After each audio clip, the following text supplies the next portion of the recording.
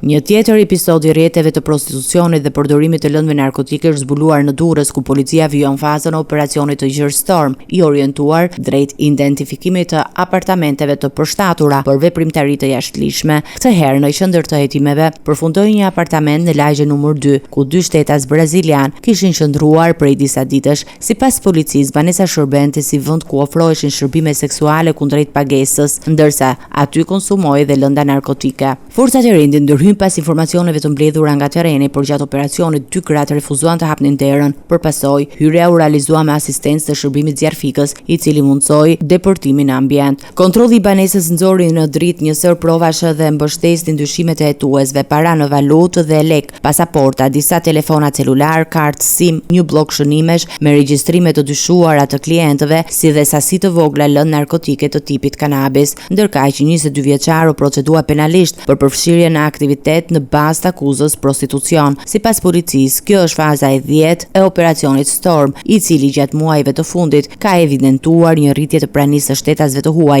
veçanërisht nga Brazili dhe Kina, që përdornin apartamente me qira për ushtrim prostitucioni në zonat urbane. Hetimet po vijojnë për identifikimin e personave të tjerë që mund të jenë pjesë e rrjetit dhe për mënyrën se si organizohen furnizimi i tyre me klient dhe ambiente.